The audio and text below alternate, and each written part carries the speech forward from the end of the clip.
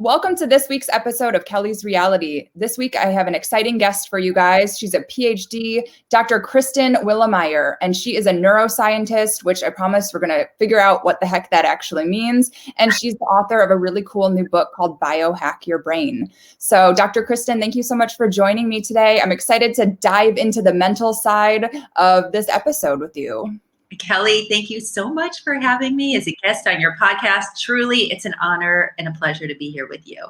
Thank you. And we were just chatting a little bit. She's in California. I am in Detroit. And hopefully next time we will do this episode live from California because it's a very snowy day today for me. I would love that. Now, what I love about the whole field of neuroscience, I am actually married to a neurosurgeon. So, wow. Yes. Okay. Yep. So you. Yeah. So between him and I, we often joke that we both work on the brain, just different parts of it physically and mentally. So I think a lot of people see neuroscience and they are kind of confused about what it is. They will maybe ask, oh, are you a brain surgeon? Are you a psychologist? So can you explain what a neuroscientist does? Yes, absolutely. Well, so I've been in this field for 20 years. The first 10 years I worked in an academic setting and I studied the brain at the cellular level. So what that means is I would dissect the brains of rats and mice.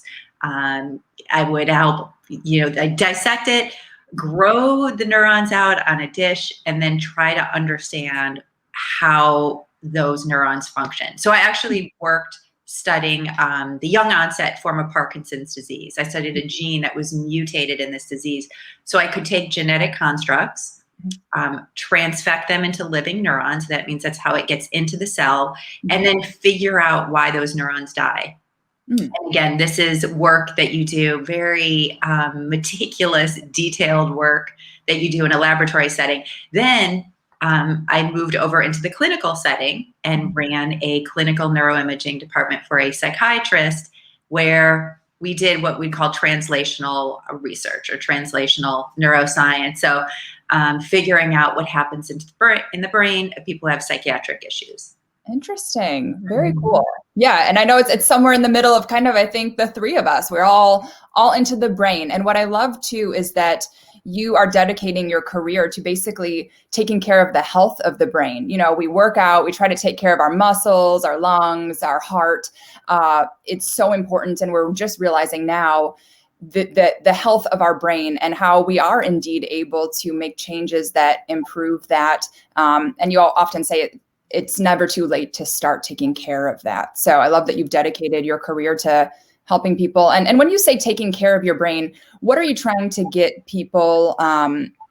Is it a longer lifespan? Is it to reduce potential Alzheimer's? What is your ultimate goal? Okay, all of the above.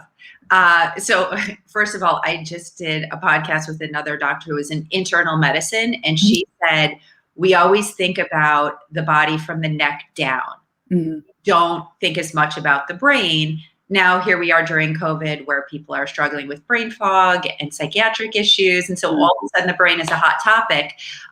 Why I wrote this book and what my goal is to help people understand is the brain, the changes that happen in the brain when we're in our 40s, 50s, 60s are what lead to the degenerative diseases that we're having in our 60s, 70s, and 80s. So people need to understand that Alzheimer's starts in the brain 20 years before you have a symptom. And again, when you're young, you're in your 40s, you're not really thinking about it. By the time you reach us in the clinical setting and you have a cognitive symptom, now the diet and lifestyle changes that we want you to implement, it's just a lot more difficult to slow down and reverse brain aging. And having run a clinical neuroimaging department and having seen thousands of brain scans, much like your husband, I know a lot of people have work that they could be doing to improve blood flow to the brain, to stabilize electrical activity, to help grow brain volume. So just imagine if we started doing this in our 20s, not when we're 65 or 70 and we get a diagnosis of mild cognitive impairment, because we can see on scans, we have patients that come in and see deficits in the parietal lobes. We know if they don't make any changes to their diet and lifestyle, that they will probably have a higher likelihood of getting Alzheimer's. So I'm a cheerleader for the brain. I feel like more of us need to be doing that. I know with the work that you do, it's the same, you know? Yep. Yeah. And I love to, you give people hope, because a lot of times, we don't think about our health until we're having problems, until we're sick, until we get a diagnosis. So I love the fact of the hope that, hey, if you make some of these changes, you can live a longer, healthier, brain-filled life, if that even makes sense. So I love the hope that you're instilling. It does. I mean, people don't understand the small changes that they make in their diet and lifestyle. And one beautiful illustration of this is, and I'm sure you probably talked about this on your podcast, is eating berries. So berries is one of the #1 brain health foods. It protects the neurons of your brain from dying. And Harvard did this amazing longitudinal study over the course of 20 years. It just looked at the dietary habits of older individuals and found that those who had strawberries or blueberries twice a week slowed brain aging by 2.5 years. So literally, it's those simple dietary modifications, or adding fish oil, 1 to 2 grams of a fish oil, having 2 servings of fish each week, but practicing these things consistently over time. That's what slows down brain aging. And that's really what we want to do, or that's my goal. How do we help instill these small habits that people practice consistently that, lead to a healthier, happier brain? Right. And what I really enjoy about them too, you're not asking people to drastically overhaul something. Certainly eating 2 servings of berries a week is doable. Adding some fish oil, whether it's a supplement or eating the fish itself, this is all doable. So, and I'm sure in your book you give more, and we'll get to the book too, for sure, in a little bit. But if people want to hear more about that, is your book the place to go to find more hacks? The book is loaded with hacks. The hacks are things that I used to teach in the clinical setting. So I ran what we like to call brain-directed weight loss groups. So people were there hoping to lose weight, but we did it with a focus on getting brain fit and brain healthy. And so I've taught thousands of people how to take care of their brain health. The beautiful side effect was weight loss, but that their brains look beautiful as well. And we have the clinical neuroimaging to prove it. And I think that's what's so different about the book, and why I'm so excited, is that you can measure what's going on in your brain. You can do a brain scan. Most people won't.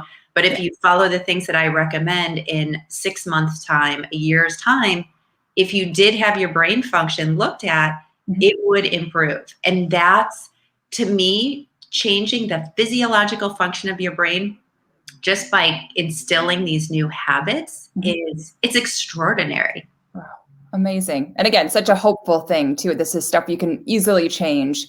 And speaking of changing, 2020 certainly taught us, and now, the impact on mental health that it's had. I know as a therapist, my practice has never been busier. People are struggling, and a lot of people are starting to lose hope. And what I wanted to talk to you about is it possible to reset our brains to kind of cope with a lot of the loss and the trauma that the entire world has experienced this year? And if so, do you have any tips on how we can, realistically do that?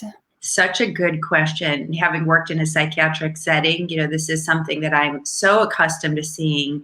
And we know when we're going through these kind of traumas, it changes the physiological function of the brain. We're actually wiring networks that increase anxiety and post-traumatic stress disorder. That has a neurobiological signal in the brain. So yes, there are dietary and lifestyle modifications that we can do. And then we have these great tools like neurofeedback, which can literally help to stabilize some of those circuits. But, from a very simple perspective, people don't even understand something as simple as taking a fish oil can help support your mood.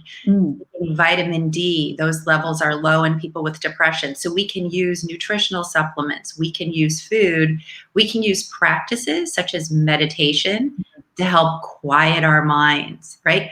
We can come see you for some EMDR therapy. So there's so many tools that we have available for people. But I think right now during COVID, because inflammation is really what's triggering a lot of the psychiatric issues that we're seeing. People who have COVID are having a cytokine storm and the inflammatory response. So one of the great things that people can do is focus on an anti-inflammatory eating strategy, right? What is that?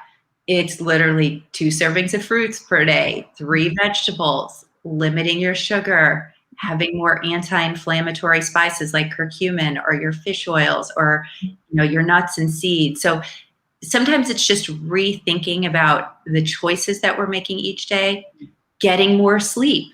Yep. Right? Getting to bed. In our household, believe it or not, we're going to bed at 8 o'clock at night. Oh, wow. I would love that. I was leaving the office at 8 o'clock. Yeah. Uh-huh. So, people underestimate the value of sleep. This is the time when we work through our emotions through, in that deep REM sleep.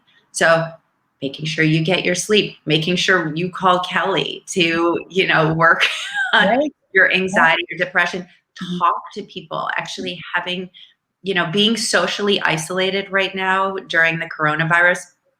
It's fascinating. I was actually working on a blog talking about what social isolation does to the brain.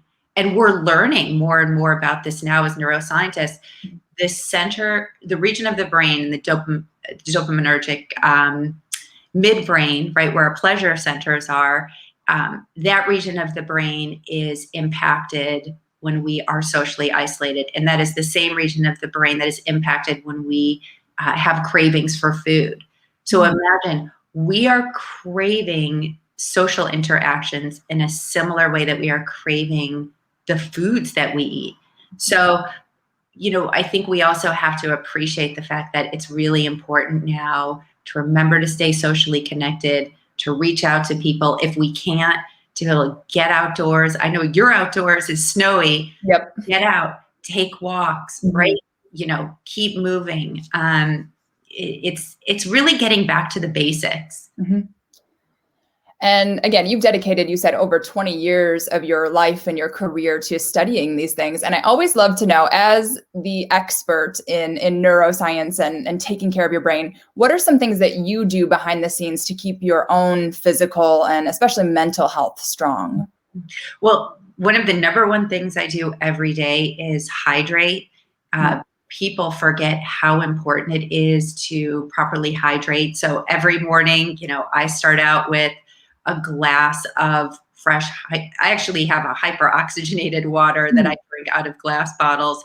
I do a fresh green juice as well. Again, we've slept throughout the night, the body's dehydrated. So hydrate when you wake up. I always get out and take, a run, a power walk. You've got to get your exercise in daily. Every morning, I either do a meditation. So I was trained in Kirtan Kriya Yoga 20 years ago by monks at a meditation center that's literally 10 minutes away from where I live. I never really understood what meditation did to the brain way back then. I was just really relaxed, and it helped with focus. It helped me to get through graduate school. And then now as a neuroscientist, we've studied meditation in the clinical setting. And we show getting into that meditative practice can calm the frontal lobe, so it can quiet the thoughts that happen in your brain, and it can grow brain volume in the hippocampus and make you more creative. So I try to get a meditative practice in. And if I can't, I actually listen to, I have some CDs that from HemiSync, or there's one called the Moses Code by James Twyman. The sounds can put your brain into what we call the alpha state, which is relaxed and focused. Because I know sometimes people don't have their 5 to 10 minutes to sit and center, or they just don't have the discipline to do it. So having the sound therapy available helps. And then I love, I have a diffuser in my house. I learned working in the psychiatric setting the importance of essential oils, things like bergamot and lavender, things to help the environment around me have sort of a calmer feel. So those scents work on our brain, work on the limbic centers of our brain. So if I have the scent of bergamot, it's actually a orange scent, and it's very uplifting. So I have that going in my house. Nice. Little things, right? Just Right. little things that you can do. I always take my supplements every day. I've got my multivitamins and my omega-3 fatty acids and my vitamin B, vitamin C, my zinc, Yep. especially during COVID. Just Mhm. you start the day fortifying your system and then you're ready to go. Yeah.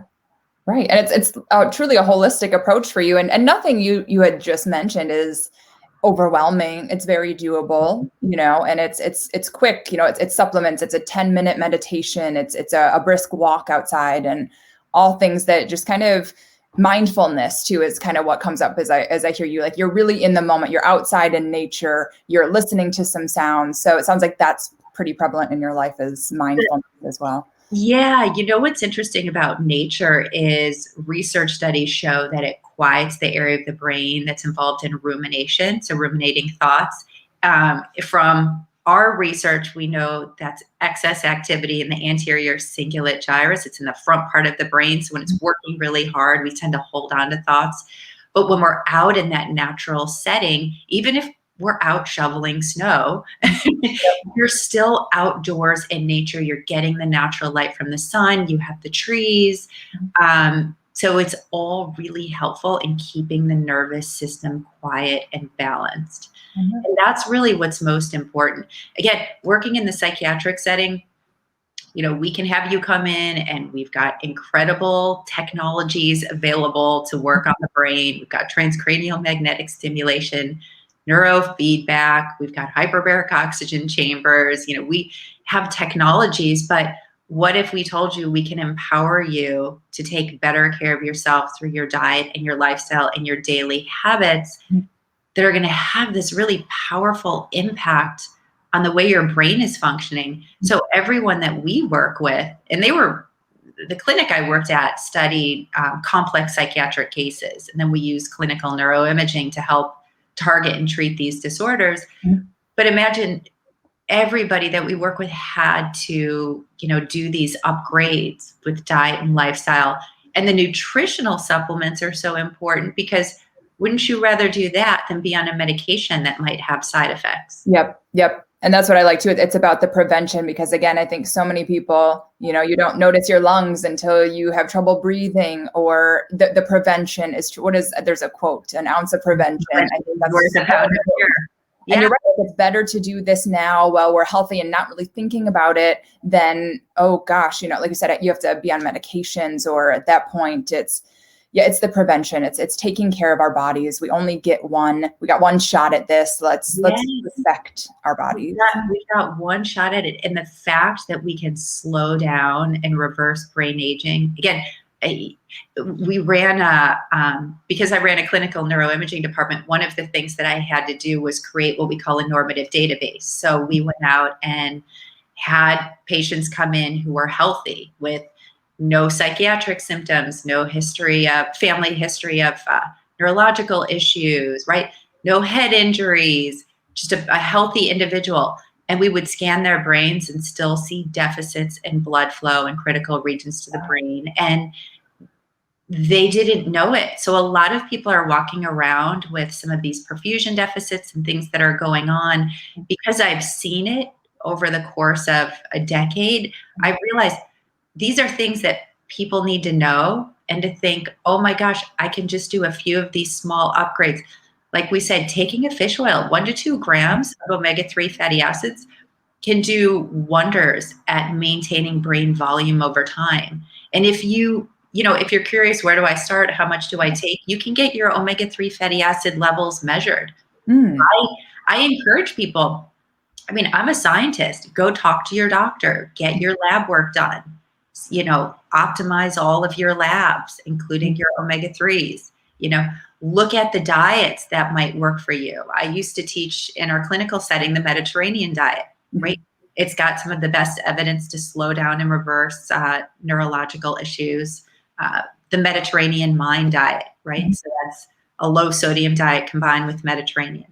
This can help keep you healthy and stave off any degenerative issues. My father had Parkinson's, so it's personal for me as well.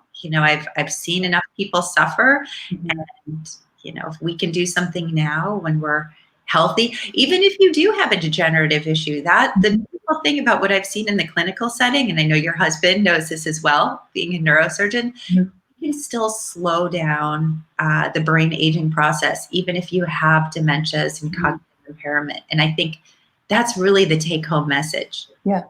Yeah, it's never too late to Never. start or to keep going and to start over. So I love that. It's really a story of hope and just, again, respecting our bodies, preventing things. And even if something is going on, there's always things we can do to help the brain, help our health, and keep going with that. And that's something that I ask everyone that comes on here. What is the best life advice that you've ever been given, or kind of a mantra that you personally live by that you would like to share? Oh, I like that. That's a good question. You know, it's funny. I went to Boston College as an undergrad, and our motto there was ever to excel. And the great Greek philosopher Aristotle had this quote, and it was about excellence is achieved through practicing small habits daily, like repeating the habits that you do to strive to attain excellence. So I would just encourage people, to think about the goals that they want to achieve in life, repeat really good habits that can help you to achieve those goals. So if it's being brain healthy, learn the thing, dive into the literature and learn the things that could be really helpful to you to achieve your brain health or your educational goals or to lower your stress levels. So I would say that's probably what I would recommend. Awesome. And now to wrap up, I would love to talk a little bit about your book. Tell us, why should we pick up your book? What can we learn from it? So I will tell you, the reason why I wrote the book was back in 2009, my colleagues and I ran at the time, which was the world's largest study in living professional football players, looking at what happened to the brain of these athletes who play collision-based sports. And what we found, so we did a clinical trial on 100 NFL players. After the first 15, when we realized how significant the damage was to the brain, we decided to do a brain rehabilitation study. And what we found is within a 6-month period of time, these players showed dramatic changes in brain function. So we were able to show, right, in these professional athletes with traumatic brain injuries, that we could restore, reverse, and rehabilitate brain function. And it could be easy. So again, I was teaching a group where every week I would train these professional athletes on how to eat and live a brain healthy lifestyle. That's why the book was written. The group was so successful, I ended up teaching it in our clinical setting to our psychiatric patients who had anxiety, depression, bipolar issues, you name it. And that led to working with thousands of people and helping them to get brain healthy. So the book is really what I call a user's guide to great brain health. And I wanted the subtitle to be Everything I Wish I Knew in My 20s. Yeah. Because the information is applicable. Every chapter, I give an NFL story and I give a client story. So there's stories in there about people who've lost over 100 pounds. So there's some weight loss stories, stories of people I've worked with that have degenerative issues that are still thriving. And, I just wanted it to be a guide, a really comprehensive but accessible guide for anybody who really wants to care about their brain health. It's written in a way that's easy to understand. It's fun. It's not heady and too much heavy neuroscience. It's really just much more of an accessible read. Wonderful. Well, I'm definitely going to check it out, and then I'm sure my husband will be interested in it too, especially the studies on the NFL players. I think that's fascinating. So yeah, you guys check it out, pick it up. Where can people find the book? They can find it at Barnes & Noble's, Amazon.com, or I hope you go to your local bookstore and support your local bookstore because they need it now more than ever. But it is everywhere that books are sold. And it really is such a pleasure to be here with you, Kelly. Thank you so much for having me as a guest on your podcast. Of course. Thanks for joining me. And if people want to find you, are you on social media?